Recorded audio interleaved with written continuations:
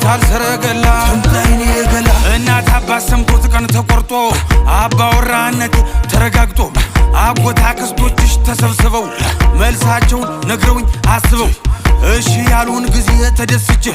6-7 ጥይቴን ተኩሼ ካለሽበት ገስግሼ ደርሼ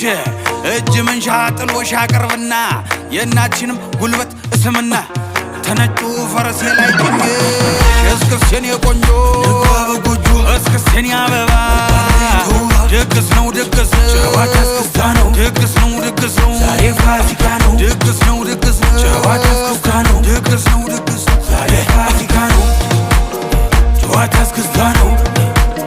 ዛሬ ፋሲካ ነው ጨዋታ እስክስታ ነው ዛሬ ፋሲካ ነው